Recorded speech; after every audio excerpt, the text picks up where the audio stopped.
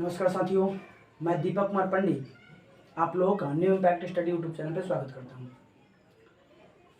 आइए आज हम लोग समाकलन चैप्टर जो है 12वीं के मैथमेटिक्स का सेकेंड बुक जो है उसका पहला चैप्टर है, ये 7वां चैप्टर। क्योंकि हम लोगों ने अभी जैसे कि आपको पता होगा कि हम लोगों ने अभी जो मेरा ऑफलाइन बैच चलता है उस ऑफलाइन बैच में मैंने फर्स्ट मैथ को कवर कर लिया है, सेकेंड मैथ को भी कवर कर लिया इसमें से कुछ, लेकिन यहाँ से हम वीडियो प्रोवाइड करा रहे हैं सेकेंड मैथमेटिक्स का। अगर हमको समय मिला और ये कंप्लीट हो गया टाइम से और समय अगर बचा तो आपका जो फर्स्ट मैथमेटिक्स का वीडियो है उसको भी प्रोवाइड कराया जाएगा, ठीक है। जब भी आप इस लेक्चर को देखें, जब भी आप इस वीडियो को देखें, आप इसका नोट्स प्रॉपर तरीके से ज़रूर तैयार कर लें, क्योंकि अगर आप नोट्स तैयार नहीं करिएगा तो इस वीडियो को देखने का कोई फ़ायदा नहीं। अगर आप बेड पर लेट करके वीडियो को देख रहे हैं और देख करके आप सोच रहे हैं हो जाएगा, तो कोई ये मैथ है, देखिए मैथ जो है प्रैक्टिस का चीज़ है, गणित जो है प्रैक्टिस का चीज़ है। जितना आप प्रैक्टिस ज़्यादा करिएगा, जितना ढंग से प्रैक्टिस करिएगा, ठीक है, उतना ही आपका मैथमेटिक्स का जो आपका जानकारी है वो इंक्रीज होगा, बढ़ेगा, और इसमें डेप्थ में जितना जाइएगा उतना इसमें मज़ा आएगा। और अगर आप देख रहे हैं कि वीडियो सोच रहे हैं कि देख लेंगे ऐसे ही लेट करके और पढ़ेंगे नहीं, या वीडियो केवल देख लेंगे तो हो जाएगा, तो इससे कुछ होने वाला नहीं है। आप प्रॉपर तरीका से इसका नोट्स तैयार करिए, इसका प्रश्न हल करिए, और अगर कोई समस्या आ रहा है तो हमको कमेंट में जरूर बताएं, या वीडियो कैसा लग रहा है, या वीडियो में कुछ इम्प्रूवमेंट चाहिए, जो भी है जैसा भी हो कमेंट करके हमको जरूर जवाब बताएं। चलिए हम लोग देखते हैं समाकलन चैप्टर जो है इसको पढ़ेंगे। तो सबसे पहला हम लोग कुछ परिचय जानेंगे कि आखिर समाकलन होता क्या है, समाकलन कितने प्रकार का होता है, उसके बाद कुछ बेसिक फार्मूला पढ़ेंगे, उसके बाद आगे देखा जाएगा। सबसे पहला समझते हैं, अगर आपसे कोई पूछे कि समाकलन जो है वो होता क्या है, तो देखिए समाकलन को अंग्रेजी में कहा जाता है इंटीग्रेशन।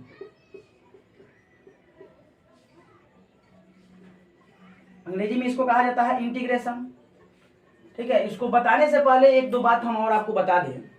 देखिए ये हम लोग कैलकुलस के अंतर्गत पढ़ते हैं। कैलकुलस आप लोग जैसे कोई भी इसमें से 12वीं का विद्यार्थी ऐसा नहीं होगा जो कैलकुलस के बारे में नहीं जानता होगा। कैलकुलस का शुरुआत जो है 11वीं क्लास से हो गया है। 11वीं क्लास में एक चैप्टर आप लोग पढ़े होंगे, limit and derivative. Limit and derivative, तो लिमिट एंड डेरिवेटिव चैप्टर जो है ये भी कैलकुलस का समझिए कि यहाँ से न्यू पढ़ा है, कैलकुलस का फर्स्ट चैप्टर है ये। उसके बाद 11वीं में इसका प्रयोग भी किए होंगे। उसके बाद 11वीं में ही थोड़ा सा पढ़े होंगे डिफरेंशिएशन, ठीक है। उसके बाद इंटीग्रेशन पढ़े होंगे, क्योंकि बिना इसके देखिए इसका यूज कहाँ पे है, पूरा कैलकुलस का यूज है आपका फिजिक्स में। अगर आप कैलकुलस नहीं पढ़िएगा, जैसे मान लीजिए कोई बायोलॉजी से लिया है और वो चाह रहा है कि मैथ में स्किप कर दूंगा, नहीं पढ़ूंगा, तो देखिए कर सकते हैं, लेकिन मैथमेटिक्स का कुछ ऐसा पर्सन है, कुछ ऐसा मतलब कि चैप्टर है जिसके पढ़े बिना आपको फिजिक्स को भी इग्नोर करना पड़ेगा, फिजिक्स भी आपको समझ में नहीं आएगा। जिसमें से एक आपका आता है कैलकुलस और एक आता है आपका वेक्टर। अगर ये दोनों आप नहीं पढ़ रहे हैं गणित में तो समझ लीजिए कि आपका फिजिक्स ऑटोमेटिक कमजोर हो जाएगा। अच्छा, कुछ ऐसे लोग हैं जो कहते हैं कि मैं फिजिक्स पढ़ाऊंगा, कुछ ऐसे लोग कहते हैं जब मैथ पढ़ाऊंगा। देखिए मैथ और फिजिक्स में काफ़ी मतलब कि समानता है, जो है मैथ का बहुत सारा पोर्शन आपको फिजिक्स में मिल जाएगा, एप्लीकेशन मिल जाएगा। तो जैसे यहाँ पे 11वीं में आप पढ़े होंगे लिमिट एंड डेरिवेटिव, आप 12वीं में आए होंगे तो आपको मिला होगा एगो डिफरेंशिएशन,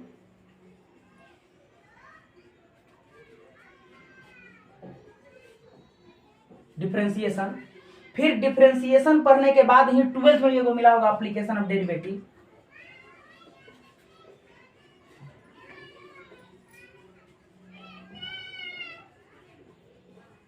मैंने एप्लीकेशन का यूज, और फिर अभी 7वां लेसन पढ़ रहे हैं आप जिसका नाम है इंटीग्रेशन।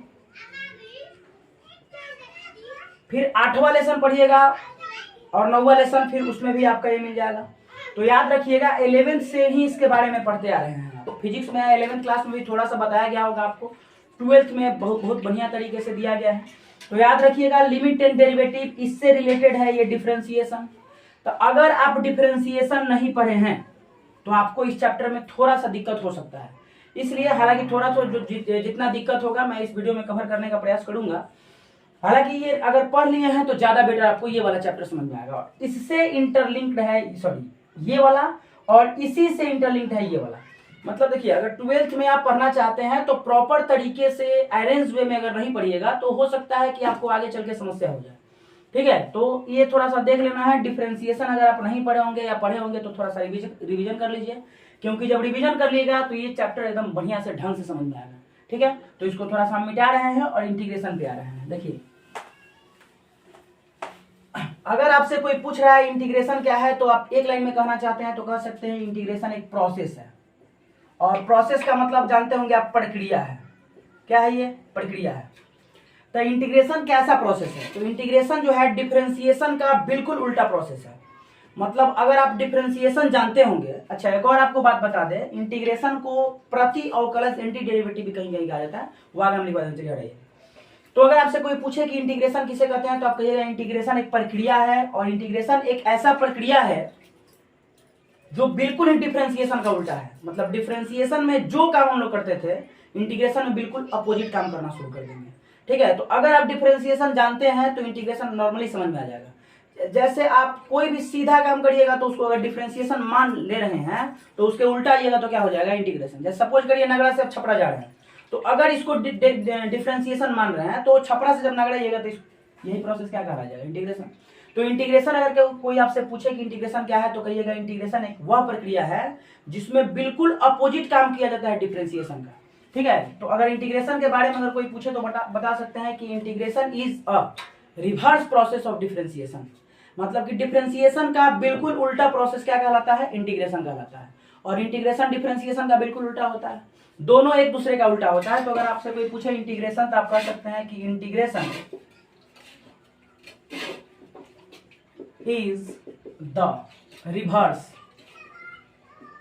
रिवर्स का मतलब होता है उल्टा, तो आप कह सकते हैं कि integration is the reverse process of differentiation.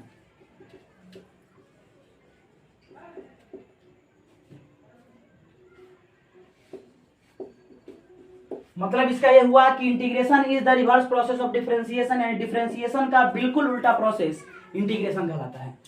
याद रखिएगा, इसमें इंटीग्रेशन भी प्रक्रिया है, डिफरेंशिएशन भी प्रक्रिया है, लेकिन एक दूसरे का अपोजिट प्रोसेस है ये।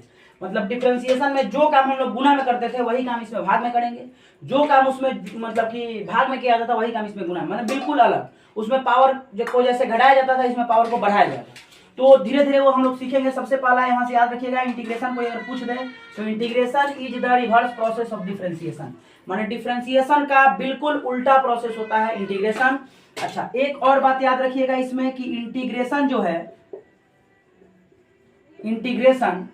इंटीग्रेशन को याद रखिएगा प्रति अवकलज यानी एंटी डेरिवेटिव भी कहा जाता है। एंटी डेरिवेटिव या इसी को प्रति अवकलज भी कहा जाता है, प्रति अवकलज। तो याद रखिएगा यहां से इंटीग्रेशन को एंटी डेरिवेटिव या प्रति अवकलज भी कहा। देखिए, एंटी का मतलब होता है अपोजिट जाने वाला इंसान। जैसे आप सुने भी होंगे दैनिक जीवन में हम लोग उपयोग करते हैं कि फलाना एंटी है, ढिमका एंटी है। तो ये जो फलाना ढिमका एंटी है, एंटी का मतलब होता है बिल्कुल ही अपोजिट है। माने मेरे अगर मैं जैसे मान लीजिए आप हैं और घर में कह रहे हैं कि आज पनीर बनेगा, और घर के लोग कह रहे हैं कि आज पनीर ही नहीं बनेगा, मतलब कि घर वाले आपके एंटी जा रहे हैं। एंटी का मतलब हो गया आपके बिल्कुल उल्टा। तो याद रखिएगा इंटीग्रेशन को एंटी डेरिवेटिव के नाम से भी जाना जाता है। अब इंटीग्रेशन जो होता है ये मुख्यतः दो तरह का होता है। तो नीचे लिख रहे हैं types of integration, types of integration यानी इंटीग्रेशन का प्रकार कितना होता है। तो देखिए इंटीग्रेशन, अच्छा एक और बात बता दें आपको, इतना इंग्लिश तो 12th के विद्यार्थी से आशा किया जाता है कि इतना इंग्लिश आप समझ सकते हैं। हालांकि ये बैच जो है हिंदी मीडियम का ही चलेगा, इसमें टोटली हिंदी में ही बताएंगे। ये नॉर्मल है, इतना आप मतलब आपको इंग्लिश आना चाहिए। तो टाइप्स ऑफ इंटीग्रेशन का मतलब होता है इंटीग्रेशन का प्रकार, और ये मुख्यतः होता है दो तरह का। एक जो होता है इसको कहते हैं इनडिफिनिट इंटीग्रेशन,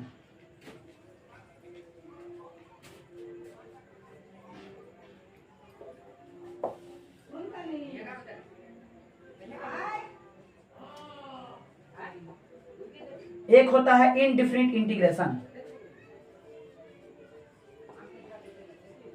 और दूसरा जो होता है इसको कहते हैं डिफिनिट इंटीग्रेशन।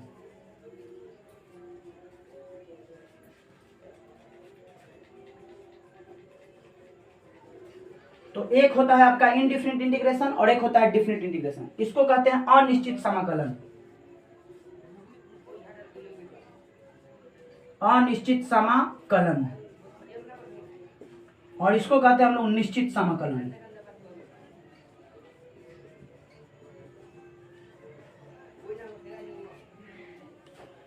तो याद रखिएगा, इंटीग्रेशन जो होता है दो तरह का होता है, एक होता है इनडेफिनिट इंटीग्रेशन यानी अनिश्चित समाकलन, और एक होता है डेफिनिट इंटीग्रेशन यानी कि निश्चित समाकलन।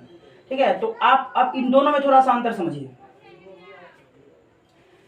पहले समझते हैं इनडेफिनिट इंटीग्रेशन। तो देखिए, इनडेफिनिट इंटीग्रेशन के बारे में आप जानते होंगे, जैसे कि यहीं पे लिख रहे हैं इनडेफिनिट। अच्छा, एक और आपको बात बता दें, इंटीग्रेशन का सिंबल कैसे होता है। ठीक है, तो इधर हम लिख दे रहे हैं, देखिए ध्यान से समझिएगा। जैसे हम लोग को पता होगा डिफरेंशिएशन का सिंबल इस तरह से, ये डिफरेंशिएशन का सिंबल है डी, जिसका डिफरेंशिएशन करना है वो जैसे मान लीजिए dx का करना है और बट्टा में लिखते हैं dx। तो ये डिफरेंशिएशन का सिंबल है। और इंटीग्रेशन का सिंबल जो होता है यहाँ पे हम लिख दे रहे हैं इस तरह से होता है, ये वाला हाथी के सूर जैसा यानी टेढ़ा सा एक सिंबल होता है, इसी को हम लोग कहते हैं इंटीग्रेशन। ठीक है, इस तरीके से बना दीजिएगा, बहुत ही प्यारा सा सिंबल है। तो ये वाला जो सिंबल देख रहे हैं इसका मतलब होता है इंटीग्रेशन। ठीक है, और इसका मतलब होता है डिफरेंशिएशन। तो ये वाला सिंबल जो देख रहे हैं ये इंटीग्रेशन का सिंबल है। अब समझिए इनडेफिनिट इंटीग्रेशन का मतलब और डेफिनिट इंटीग्रेशन का मतलब में पहचान एकदम बिल्कुल आसान सा है। देखिए, अगर ऐसा कोई भी इंटीग्रेशन दे देगा तो इसको आप कहिएगा अनिश्चित समाकलन, और इसी में अगर लिमिट लगा दिया जैसे 1 to 4 या 4 to 5 ऐसे लगा दिया तो ऐसे इंटीग्रेशन को कहेंगे डेफिनिट इंटीग्रेशन। मतलब अगर लिमिट का मान दे दिया है, मतलब अपर लिमिट लोअर लिमिट, अगर लिमिट का मान दे दिया है कि कहां से कहां तक करना है तो उसको कहते हैं डेफिनिट इंटीग्रेशन, और अगर लिमिट का मान नहीं दिया है तो उसको कहेंगे इनडेफिनिट इंटीग्रेशन। जैसे एग्जांपल के तौर पे आपको बता रहे हैं, जैसे ऐसे लिख देंगे integration of sin x dx। तो इसका मतलब, अच्छा एक और बात देखिए, बिल्कुल उल्टा प्रोसेस होता है। तो इसमें डिफरेंशिएशन में dx बट्टा में होता है, इंटीग्रेशन में dx गुना में होता है। सबसे पहला अंतर देखिए, बिल्कुल अपोजिट जाएगा। डिफरेंशिएशन में कहां होता है, गुना में होता है। इंटीग्रेशन में सॉरी बट्टा में होता है, इंटीग्रेशन में कहां आ गया, देखिए गुना में। ये इसका मतलब क्या होता है, इसका मतलब होता है x का डिफरेंशिएशन x के सापेक्ष, इसको ऐसे पढ़ेंगे। और इसका मतलब हुआ कि sin x का इंटीग्रेशन x के सापेक्ष। तो याद रखिएगा, यहाँ पे जो dx बट्टा में आता है वही dx यहाँ पे गुना में आ जाएगा। तो ऐसा अगर इंटीग्रेशन करने के लिए कह दिया जहां पे लिमिट का मान नहीं दिया है, तो लिमिट का मान नहीं दिया है तो उसको कहते हैं इनडेफिनिट इंटीग्रेशन, अनिश्चित समाकलन। और अगर इसी को ऐसे दे दें, इसी को अगर ऐसे दे देंगे कि इंटीग्रेशन ऑफ 0 से 2 π/4, इसका मतलब देखिए लिमिट लग गया कि आपको इंटीग्रेशन करना है, लेकिन कहां से कहां तक करना है, 0 से लेकर 45 डिग्री के कोण तक करना है, और इधर हो जाएगा आपका sin x dx। तो ये वाला जो इंटीग्रेशन देख रहे हैं इसको कहते हैं इनडेफिनिट इंटीग्रेशन, क्योंकि इसमें लिमिट का मान नहीं दिया है। और ये वाला जो देख रहे हैं इसको कहते हैं डेफिनिट इंटीग्रेशन, क्योंकि इसमें लिमिट का मान दे दिया है। तो अगर लिमिट का मान नहीं दिया है तो वो कहलाएगा इनडेफिनिट इंटीग्रेशन, और अगर लिमिट का मान दे दिया है तो उसको कहेंगे डेफिनिट इंटीग्रेशन। तो याद रखिएगा, लिमिट दे दिया तो डेफिनिट, लिमिट नहीं दिया तो इनडेफिनिट। तो ये था इंटीग्रेशन का नॉर्मल परिचय। Integration is the reverse process of differentiation, मतलब डिफरेंशिएशन का बिल्कुल अपोजिट, मतलब उल्टा होता है इंटीग्रेशन। इंटीग्रेशन को एंटी डेरिवेटिव भी कहा जाता है। तो अगर आपसे कोई प्रति अवकलज भी निकालने के लिए कह रहा है तब भी आपको इंटीग्रेशन ही करना है। इंटीग्रेशन का ये वाला सिंबल होता है, याद रखिएगा। और टाइप्स ऑफ इंटीग्रेशन दो तरह के होते हैं, इंटीग्रेशन इनडेफिनिट इंटीग्रेशन और डेफिनिट। इनडेफिनिट में क्या रहेगा, लिमिट नहीं रहेगा। लिमिट नहीं रहेगा तो इनडेफिनिट इंटीग्रेशन कहलाएगा, और लिमिट अगर आ गया तो डेफिनिट इंटीग्रेशन कहलाएगा। इतना स्क्रीनशॉट लीजिए, इसके आगे पढ़ा रहे हैं।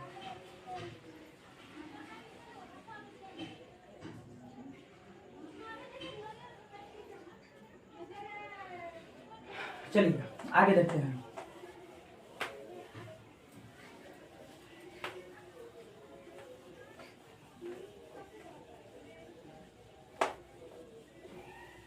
लिमिट लग गया तो इनडेफिनिट इंटीग्रेशन का डेफिनिट कहलाएगा, और लिमिट नहीं लगा है तो इनडेफिनिट इंटीग्रेशन कहलाएगा। चलिए आगे देखा जाए। अब अभी हम लोग पढ़ेंगे इंटीग्रेशन का कुछ बेसिक फॉर्मूला है। ठीक है, तो इंटीग्रेशन को का बेसिक फॉर्मूला है। ये बेसिक फॉर्मूला अगर याद कर लीजिएगा तो एक लेसन इतना में कंप्लीट हो जाएगा। प्रॉपर तरीके से आपको यहाँ पे प्रश्न बनवाया जाएगा, एक एक प्रश्न को हल करवाया जाएगा, और जिसमें भी, अच्छा एक और बात, अगर हम प्रश्न को हल कर दे रहे हैं और आप उसको केवल छाप ले रहे हैं तो भी कोई फायदा नहीं होने वाला है। आप क्या करिए, जो प्रश्न को यहाँ पे हम हल करेंगे उस प्रश्न को समझिए और खुद से प्रश्न को लिख के खुद से बनाइए, तब जाके आपका प्रैक्टिस होगा। जितना ज्यादा प्रैक्टिस करिएगा मैथ आपका उतना स्ट्रांग होते चला जाएगा। जितना कम प्रैक्टिस करिएगा इससे डर लगना शुरू हो जाएगा, और खास करके 11th और 12th के मैथ से। ठीक है, तो अब देखते हैं हम लोग, अभी हम लोग पढ़ेंगे सम बेसिक फॉर्मूला, मतलब कि इंटीग्रेशन का बेसिक फॉर्मूला।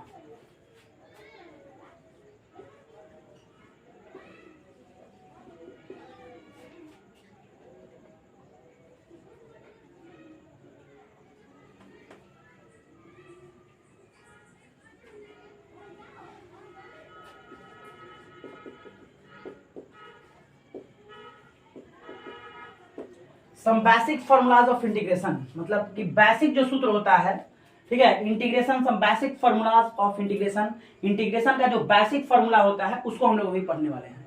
ठीक है, तो ध्यान से समझिएगा। सबसे पहला फॉर्मूला होता है, देखिए ये वाला है इंटीग्रेशन, इसको पढ़ेंगे इंटीग्रेशन। और सबसे पहला है पावर वाला function x to the power n, ये वाला n है x to the power n, बगल में रहेगा dx। तो सबसे पहला अंतर देखिए, पहला इसमें ये इसको पावर वाला फंक्शन कहते हैं। ठीक है, तो जब भी ये पावर में n रहेगा, n का मान 1 2 3 4 5 कुछ भी हो सकता है। तो सबसे पहला अंतर देख रहे हैं, डिफरेंशिएशन में dx होता था बट्टा में, इंटीग्रेशन में कहां पे होगा, गुना में। तो सबसे पहला यही है फॉर्मूला। तो इसका सूत्र क्या होता है समझिए, पावर को एगो बढ़ा देना है, तो x का पावर जितना है एगो बढ़ाइए, बट्टा में सेम पावर ला देना है, यानी n प्लस क्या हो जाएगा 1। देखिए पावर जितना है उसको एगो बढ़ा देंगे, बट्टा में सेम पावर खींच के ला देंगे। लेकिन इसमें एगो काम एक्स्ट्रा करेंगे, इसमें अपना से एगो जोड़ेंगे प्लस में c। अब ये c क्यों जोड़ा जाता है इसको हम डेप्थ में जाके बताएंगे। ठीक है, फिलहाल अभी आप ऐसे समझिए, ये मेरे ऊपर कर्ज रहेगा, c जो है कैसे आता है ये हम अभी आगे बताने वाले हैं। ठीक है, तो सबसे पहले याद रखिएगा, ये c के बारे में आप टेंशन मत लीजिएगा कि c कहां से है, उसके बारे में हम बताएंगे। फिलहाल अभी ये समझिए, डिफरेंशिएशन में क्या होता था, पावर आता था गुना में। डिफरेंशिएशन अगर आप पढ़े होंगे तो आपको पता होगा, पावर आता था गुना में और एगो पावर क्या हो जाता था, कम। पावर आता था गुना में और एगो पावर कम हो जाता था। इंटीग्रेशन में क्या होगा, पावर एगो आएगा भाग में, देखिए उसमें पावर आता था गुना में। आप डिफरेंशिएशन का फॉर्मूला अगर देखेंगे तो ऐसे फॉर्मूला होता है x to the power n by dx का, कि पावर n आएगा गुना में और एगो पावर कम हो जाएगा, यानी x to the power n minus 1 हो जाता था। इसमें बिल्कुल आपको उल्टा करना है, उसमें पावर गुना में, इसमें पावर बट्टा में। उसमें पावर एगो घटता था, इसमें पावर एगो बढ़ेगा। तो पहला फॉर्मूला सबसे पहला यही है कि x to the power n dx रहेगा, तो इसका फॉर्मूला हो जाएगा x के पावर n प्लस 1 बट्टा n प्लस 1 प्लस c, मतलब पावर एक बढ़ जाएगा, बट्टा में सेम पावर आ जाएगा, प्लस में c आ जाएगा।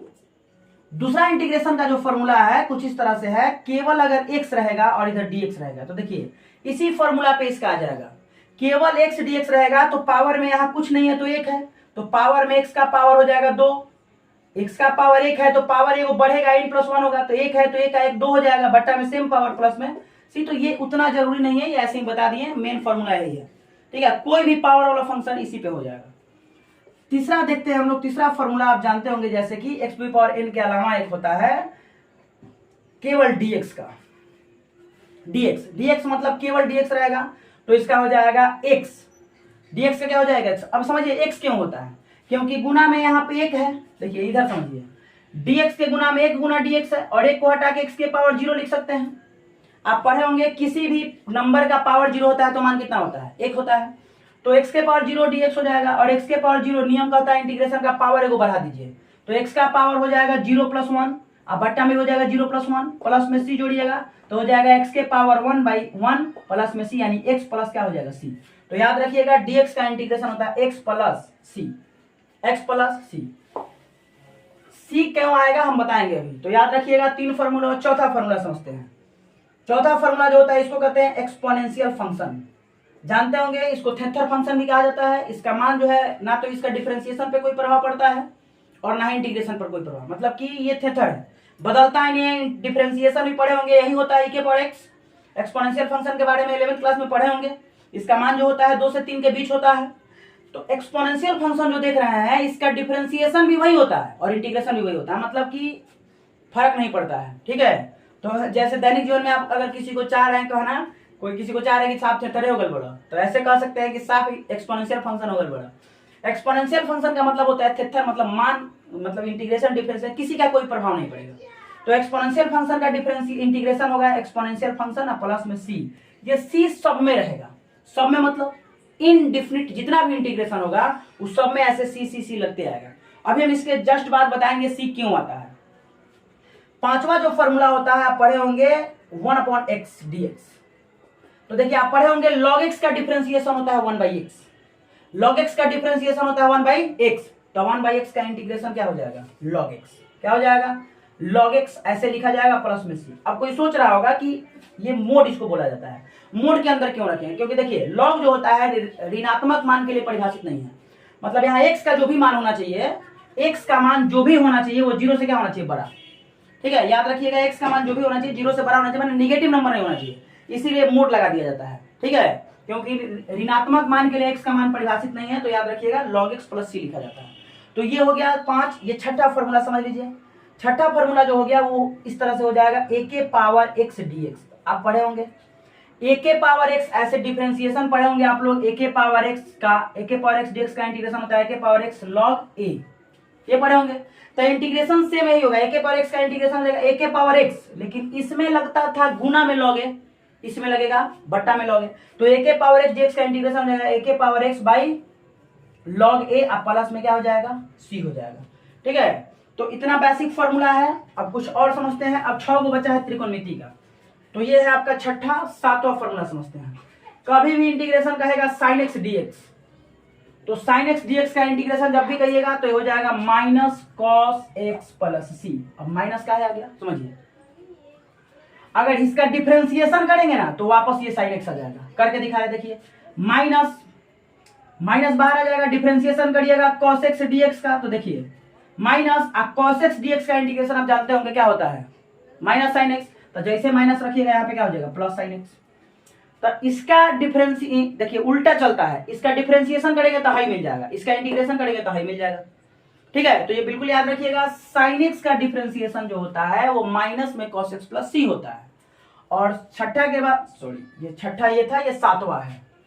फिर 8वां फॉर्मूला याद रखिएगा, अगर आपसे cos x का इंटीग्रेशन पूछ दे तो ये होता है sin x dx, sorry sin x और प्लस में c, क्यों, क्योंकि sin x का इंटीग्रेशन डिफरेंशिएशन करेंगे तो वापस में cos x मिल जाएगा, sin x का डिफरेंशिएशन करेंगे तो क्या मिल जाएगा cos x। तो ये है 8वां फॉर्मूला।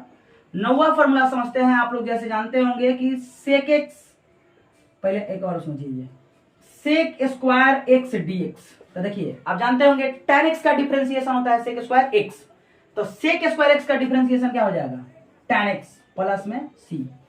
आगे 9 नंबर आप जानते होंगे, एक होता है cosec स्क्वायर x dx, तो आप जानते होंगे cosec स्क्वायर x डिफरेंशिएशन है cot x का, लेकिन माइनस में होता है तो वही माइनस इधर लग जाएगा, इसका हो जाएगा माइनस में cot x प्लस में c।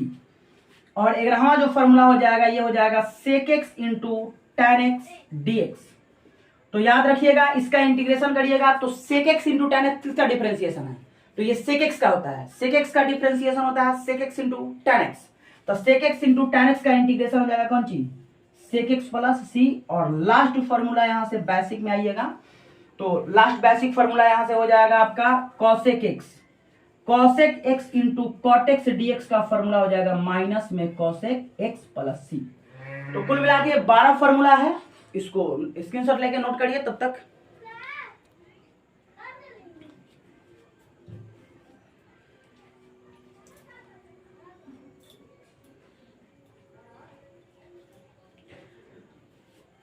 चलिए अब 6 और फॉर्मूला समझ लीजिए इनवर्स का, ठीक है, उसके बाद आगे बता रहे हैं, इसको मिटा रहे हैं। स्क्रीनशॉट लेकर इसका नोट्स जरूर बनाएं, अगर नहीं बनाए हैं तो। अगर ऑफलाइन में पढ़े होंगे तो इसका नोट्स चूंकि हम लिखवा दिए हैं ये, लेकिन अगर आप नहीं पढ़े हैं तो इसका नोट्स जरूर तैयार करें। चलिए आगे देखिए। अब 6 और फॉर्मूला होगा जो कि इंटीग्रेशन होगा इनवर्स फंक्शन का। तो सबसे पहला देखिए, इसमें ये 6 बिल्कुल अलग है। पहला देखिए, आप पढ़े होंगे साइन इनवर्स एक्स का इंटीग्रेशन डिफरेंशिएशन क्या होता है 1/√1 माइनस एक्स स्क्वायर। तो 1/√1 माइनस एक्स स्क्वायर अगर रहेगा, ठीक है, ये रहेगा 1/√1 माइनस एक्स स्क्वायर dx, तो इसका इंटीग्रेशन हो जाएगा साइन इनवर्स एक्स प्लस सी, ठीक है। अगला दूसरा समझते हैं, अगर इसी में माइनस लग जाएगा -1 और बाई हो जाएगा √1 माइनस एक्स स्क्वायर, ठीक है, ये हो जाएगा अगर, तो इसका इंटीग्रेशन हो जाएगा -1/√1 माइनस एक्स स्क्वायर, इसका हो जाएगा cos इनवर्स एक्स, क्या हो जाएगा cos इनवर्स एक्स प्लस सी, cos इनवर्स एक्स प्लस सी। तीसरा जो हो जाएगा इसी में हो जाएगा 1/1 प्लस एक्स स्क्वायर, dx। तो इसका इंटीग्रेशन करिएगा तो हो जाएगा, ये पढ़े होंगे, tan x का डिफरेंशिएशन है तो इसका इंटीग्रेशन क्या हो जाएगा, tan square x, sorry tan inverse x plus c। और चौथा जो देख रहे हैं ये होता है -1/1 प्लस एक्स स्क्वायर dx। तो इसका इंटीग्रेशन जो हो जाएगा cot inverse x plus c। और चौथा ये हो गया। पांचवा जो देख रहे हैं इसका ऐसे हो जाएगा 1/x into root under x square minus 1 dx। तो इसका इंटीग्रेशन हो जाएगा sec inverse x plus c। और छठा जो होगा इसी में खाली माइनस लग जाएगा, -1/x into root under x square minus 1 dx। तो इसका इंटीग्रेशन हो जाएगा cosec inverse x plus c। तो ये 6 और फॉर्मूला है, इसको लिख लीजिए। ये बेसिक फॉर्मूला कुल मिलाकर 18 हुआ, इसको लिखिए।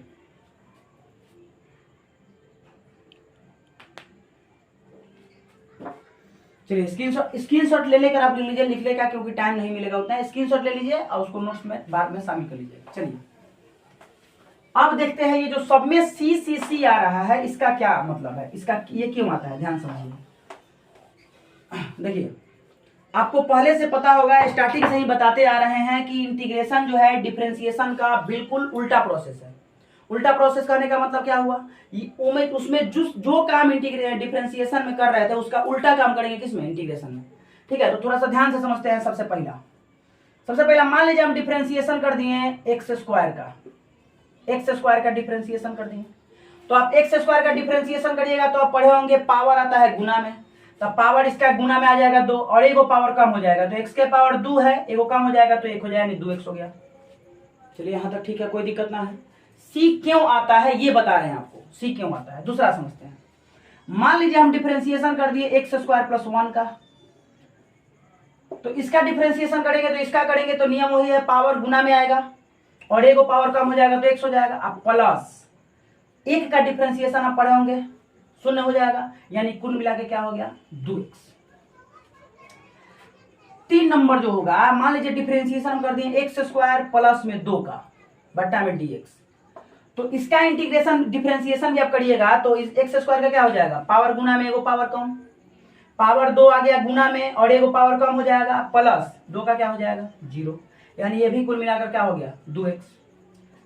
तो चौथा जो है, चौथा डिफरेंशिएशन अगर करिएगा एक्स स्क्वायर प्लस 7 का, तो इसका भी करिएगा तो वही हो जाएगा 2x प्लस 0, यानी कुल मिलाकर 2x। आप देख रहे हैं इस सबका डिफरेंशिएशन सेम आ रहा है। ठीक है, और डिफरेंशिएशन का उल्टा प्रोसेस होता है इंटीग्रेशन। माने अगर इसका डिफरेंशिएशन ये है तो इसका इंटीग्रेशन करेंगे तो ये मिलना चाहिए, इसका इंटीग्रेशन करेंगे तो ये मिलना चाहिए, इसका इंटीग्रेशन करेंगे तो ये मिलना चाहिए, इसका इंटीग्रेशन करेंगे तो ये मिलना चाहिए। तो कुल मिलाकर थोड़ा सा इंटीग्रेशन करके देख लेते हैं। तो पहला देखिए 1 नंबर 2x का इंटीग्रेशन करेंगे तो 2x का इंटीग्रेशन करिएगा तो 2 आ जाएगा बाहर, 2 का होगा नहीं, x का पावर यहाँ 1 है, इंटीग्रेशन का नियम कहता है पावर एगो बढ़ाइए, तो x का पावर यहाँ 1 है, एगो और बढ़ जाएगा तो 2 हो जाएगा। और इंटीग्रेशन का नियम कहता है जो पावर बढ़ रहा है सेम टू सेम पावर बट्टा में लाइए। तो देखिए बट्टा में जैसे ही लाएंगे 2 से 2 कट जाएगा, बचा कौन सी एक्स स्क्वायर। तो 2x का इंटीग्रेशन एक्स स्क्वायर आ गया, बिल्कुल सही। दूसरा देखते हैं, ध्यान से समझिएगा। दूसरा इसका करेंगे इंटीग्रेशन फिर से 2x का, तो 2x dx का इंटीग्रेशन वही आएगा, 2 का होगा नहीं, x का होगा एक्स स्क्वायर बट्टा में 2 हो जाएगा, कैंसिल हो जाएगा, केवल एक्स स्क्वायर हो जाएगा। इसमें से इसका करेंगे 3 नंबर का, तो इसमें भी 2x का इंटीग्रेशन करेंगे तो ये भी वही हो जाएगा, एक्स स्क्वायर बट्टा 2 कट जाएगा, आंसर हो जाएगा एक्स स्क्वायर। चौथा जो देख रहे हैं एक्स स्क्वायर प्लस 7, यानी कि 2x का इंटीग्रेशन करेंगे तो इसका भी हो जाएगा आपका 2 into x square by 2 cut के हो जाएगा एक्स स्क्वायर। मतलब आप देख रहे हैं यहाँ से कि एक्स स्क्वायर का differentiation 2x, x square plus 1 का differentiation 2x, x square plus 2 का differentiation 2x, x square plus 7 का डिफरेंशिएशन 2x। तो इंटीग्रेशन करेंगे तो आना चाहिए ना, तो इसका इंटीग्रेशन करें तो ये आ गया, इसका इंटीग्रेशन करेंगे तो ये नहीं आया, इसका इंटीग्रेशन करेंगे तो ये नहीं आया, सब आ गया। इसमें अचर क्या हो जा रहा है, गायब। देखिए इसमें केवल एक्स स्क्वायर आ रहा है, इसमें एक्स स्क्वायर प्लस 0 था, ठीक है, इसमें एक्स स्क्वायर प्लस 1 था, इसमें एक्स स्क्वायर प्लस 2 था, इसमें एक्स स्क्वायर प्लस 3 था। तो जब उल्टा प्रोसेस कर रहे हैं, देखिए डिफरेंशिएशन हो गया, और डिफरेंशिएशन का जब उल्टा प्रोसेस कर रहे हैं तो फलन में एगो सी जो है अचर, ये जो अचर वाला जो देख रहे हैं, यहाँ 1 है, यहाँ कुछ नहीं है, तो प्लस में 0 है, यहाँ 2 है, यहाँ 7 है, ये सब गायब हो जा रहा है। और चूंकि डिफरेंशिएशन इंटीग्रेशन का इन्वर्स प्रोसेस होता है, इसलिए जो सी गायब हो जा रहा है, जो अचर गायब हो जा रहा है, उसको अपना से एगो हमेशा सी देकर दिखाया जाएगा। याद रखिएगा, सी केवल इनडिफिनिट इंटीग्रेशन में लगेगा। डिफिनिट इंटीग्रेशन में सी गायब हो जाएगा, ठीक है, क्योंकि निश्चित हो जाएगा और ये अनिश्चित है। तो देख रहा है, इसमें जब भी डिफरेंशिएशन कर रहा है तो इसमें अचर गायब हो जा रहा है। तो जब इंटीग्रेशन करेंगे तो चूंकि उल्टा प्रोसेस है डिफरेंशिएशन का, तो सी गायब नहीं होना चाहिए, वो अचर रहना चाहिए। हमको पता नहीं है कौन सा अचर है, तो अचर का मान यहाँ पे लास्ट में जब भी डिफरेंस इंटीग्रेशन करेंगे, जिसका भी इनडिफिनिट इंटीग्रेशन करेंगे, एक्स स्क्वायर ये हो गया, ये भी एक्स स्क्वायर, अपना से को क्या जोड़ देंगे, सी जोड़ देंगे, क्योंकि सी जो है डिफरेंशिएशन करने पर गायब हो जाता है। सी डिफरेंशिएशन करने पर गायब हो गया, इंटीग्रेशन करेंगे तो ये फंक्शन मिलना चाहिए। तो अपना से जो अचर इसमें विलुप्त हो जा रहा है, चूंकि इंटीग्रेशन डिफरेंशिएशन का उल्टा प्रोसेस है, इसलिए जो गायब हो जा रहा है उसको सी के फॉर्मेट में अपना से को लिख दिया जाएगा। तो ये अचर पर जो आप सी देख रहे हैं, ये इसीलिए जोड़ा जाता है क्योंकि डिफरेंशिएशन करने पर अचर गायब हो जाता है, और इंटीग्रेशन जो होता है डिफरेंशिएशन का बिल्कुल उल्टा प्रोसेस है। तो जो अचर गायब हो गया है, उस अचर को यहाँ पे अपना से लिखा जाता है प्लस सी। तो इनडिफिनिट इंटीग्रेशन जब भी बनाएंगे उसमें प्लस सी अपना से लिखेंगे। क्यों लिखेंगे? क्योंकि डिफरेंशिएशन का उल्टा प्रोसेस है इंटीग्रेशन, और डिफरेंशिएशन करने पर जो अचर गायब हो जा रहा है, उसी अचर को यहाँ सी के फॉर्मेट में लिखा जाएगा। ठीक है, तो अब आपको पता चल गया होगा मेरे ख्याल से कि सी कहां से आया है। ठीक है, तो अब कुछ एग्जाम्पल बता रहे हैं और उसके बाद एक्सरसाइज कल बताया जाएगा। चलिए देखिए, अब कुछ एग्जाम्पल समझते हैं इंटीग्रेशन का। याद रखिएगा, अगर आप इंटीग्रेशन यानी कैलकुलस को स्ट्रॉन्ग करना चाहते हैं तो आप 11th क्लास का जितना भी त्रिकोणमिति का फॉर्मूला है, वो सारे फॉर्मूला को बढ़िया से समझिए, उसको रटना नहीं है, बढ़िया समझिए। और इसके अलावा हालांकि जो जो फॉर्मूला आएगा 11th का, हम सारा फॉर्मूला एक दिन लिखवा देंगे, समझा भी देंगे फॉर्मूला को। ठीक है, आप बस क्लास को रेगुलर फॉलो करिए, ठीक है, और इसका नोट्स प्रॉपर तरीका से बनाइए, उसके बाद हम आगे बता देंगे। तो अभी कुछ एग्जाम्पल समझते हैं। अभी ज्यादा एग्जाम्पल नहीं करा पाएंगे क्योंकि आप घर पे आज क्या करिए, नोट्स बनाइए और प्रॉपर तरीका से जो 18 फॉर्मूला लिखवाए हैं, वो 18 फॉर्मूला जो है बेसिक फॉर्मूला है, हर जगह लागू होगा। इसलिए इस सब 18 फॉर्मूला को कंफर्म करिए, क्योंकि जब तक फॉर्मूला कंफर्म नहीं होगा तब तक आप मैथ में स्ट्रॉन्ग नहीं हो सकते हैं। मैथ आपका हमेशा वीक ही रहेगा। तो चलिए, जैसे मान लीजिए हम क्वेश्चन यहाँ पे कर दिए। यहाँ पे क्वेश्चन हो गया कि इंटीग्रेशन करिए एक्स स्क्वायर डीएक्स का। अच्छा, इसका मतलब क्या हुआ? तो इसका मतलब हुआ कि एक्स स्क्वायर का इंटीग्रेशन एक्स के सापेक्ष यानी डीएक्स के सापेक्ष। तो इसका इंटीग्रेशन करेंगे तो नियम क्या कहता है? पावर वाला फंक्शन है। तो पावर वाला फंक्शन में नियम कहता है कि पावर को एगो बढ़ा दीजिए, तो एक्स के पावर 2 प्लस में 1।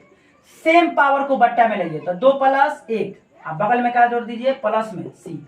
जब भी लिमिट नहीं लगा होगा सी जोड़ना अनिवार्य है। बता दिए सी कहां से आया है। अगर आपको समझ में नहीं आए तो वीडियो को फिर से पीछा करिए, फिर से देखिए। तो ये कुल मिला के आपका हो जाएगा एक्स का पावर 3, अब बट्टा में भी हो जाएगा 3, अब प्लस में हो जाएगा सी। यही आपका हो गया आंसर। चलिए एक और क्वेश्चन देखते हैं। ये 1 नंबर क्वेश्चन था, अब 2 नंबर क्वेश्चन समझते हैं। अगर आपसे कह दिया क्वेश्चन कि एक्स स्क्वायर प्लस 4 और बगल में है डीएक्स, तो देखिए जब भी ऐसा फंक्शन रहेगा, जब भी ऐसा फंक्शन का इंटीग्रेशन करना होगा, डीएक्स से बारी बारी से सेपरेट तरीका से सब में गुना करिएगा। तो पहले इंटीग्रेशन डीएक्स से गुना होगा एक्स स्क्वायर में, तो हो जाएगा एक्स स्क्वायर डीएक्स। फिर प्लस का चिन्ह है तो प्लस, माइनस का चिन्ह है तो माइनस। अब फिर डीएक्स से गुना करिएगा 4 में, इंटीग्रेशन फिर यहाँ लगेगा। मतलब कि क्या करना है आपको, जो भी फंक्शन दिया है बारी बारी से सब फंक्शन का इंटीग्रेशन करके जोड़ देंगे, आंसर आ जाएगा। तो पहले इसका इंटीग्रेशन करेंगे, तो इंटीग्रेशन एक्स स्क्वायर का डीएक्स के सापेक्ष, फिर प्लस है तो प्लस, माइनस है तो माइनस, फिर 4 का इंटीग्रेशन करेंगे। तो आपको पता होगा अचर का इंटीग्रेशन होगा नहीं, तो यहाँ पे 4 आ जाएगा बाहर, बगल में क्या बचेगा? डीएक्स। अब इसका इंटीग्रेशन करिएगा तो आपको पता होगा एक्स स्क्वायर का इंटीग्रेशन, अभी आपको नियम बताया है पावर वाले का, पावर को एगो बढ़ा दीजिए तो एक्स के पावर 2 प्लस में 1, पावर एगो बढ़ जाएगा, बट्टा में सेम पावर आ जाएगा, प्लस 4 रह जाएगा। और डीएक्स का इंटीग्रेशन देखिए, आप अगर नोट्स बनाए होंगे तो मैं लिखवाया है, डीएक्स का इंटीग्रेशन होता है एक्स, अब प्लस में सी जोड़ना क्या है? जरूरी। सी को हमेशा लास्ट में जोड़िएगा, क्योंकि इसमें भी एगो सी आएगा, इसमें भी एगो सी आएगा, दोनों सी जोड़िएगा तो कोई भी अक्षर जोड़िएगा लास्ट में एक ही अक्षर आएगा। तो ये आंसर हो जाएगा आपका कुल मिला के एक्स का पावर 3, एक्स का पावर हो जाएगा 3, बट्टा में भी हो जाएगा 3, प्लस में हो जाएगा 4x, प्लस में हो जाएगा सी। आंसर ये वाला आपका मिल गया आंसर। ठीक है, चलिए एक और क्वेश्चन देखते हैं 3 नंबर। क्वेश्चन कुछ इस तरह से हो जाएगा, x के पावर 3/2 प्लस 6x माइनस 5, और पूरा का हमको करना है इंटीग्रेशन। तो क्या करना है, सबका इंटीग्रेशन अलग अलग कर देंगे और सबको जोड़ घटा देंगे, आंसर आ जाएगा। तो इसका इंटीग्रेशन करने के लिए पहले इंटीग्रेशन करेंगे किसका, x के पावर 3/2 का। तो x के पावर 3/2 बगल में dx, फिर प्लस, अब इंटीग्रेशन होगा किसका, 6x का। तो 6x, अब बगल में क्या होगा dx, फिर यहां पे माइनस 5 और बगल में क्या हो जाएगा dx। मतलब कुल मिला के देखा जाए तो dx से सब में गुना करा दिए हैं। मतलब कुल मिला के ये बात हुआ कि पहले इसका इंटीग्रेशन, फिर इसका इंटीग्रेशन, फिर इसका इंटीग्रेशन, अब बारी बारी से करके जोड़ या घटा देंगे, आंसर हो जाएगा। अब इसका इंटीग्रेशन का आप नियम जानते होंगे। इसका इंटीग्रेशन का नियम होता है x का पावर जितना है a को बढ़ा दीजिए तब +1, बट्टा में सेम पावर को लाइए तो x के पावर 3/2 +1 प्लस 6 का इंटीग्रेशन होगा नहीं, x का पावर यहाँ कुछ नहीं है तो 1 है, तो x के पावर 1 + 1, अब बट्टा में हो जाएगा 1 + 1 माइनस 5 का इंटीग्रेशन होगा नहीं, या dx का इंटीग्रेशन क्या होगा x, लास्ट में का जोड़ दीजिए c। चलिए अब बारी बारी चलते हैं, इसको हल करेंगे तो हो जाएगा x के पावर भिन्न का जो बने 2 एकम 2 और 3 5/2, अब बट्टा में भी आ जाएगा 5/2 प्लस यहाँ देखिए 6 और गुना x के पावर 2 बट्टा में भी 2 माइनस 5x प्लस c। देखिए 2 से कट जाएगा 3 बार में, और ये 5/2 है, उल्टा करिएगा तो आप पढ़े होंगे 2/5 उलट जाएगा, ये 2/5 x to the power 5/2 plus यहाँ पे हो जाएगा 3x² माइनस में 5x प्लस में c। यही हमारा आंसर होगा। तो स्क्रीनशॉट लीजिए।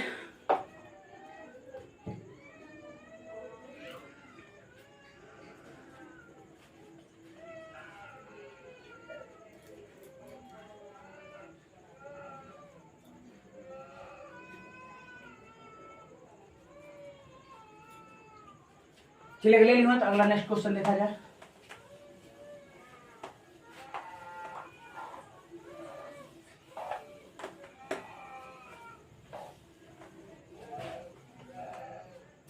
चलिए देखिए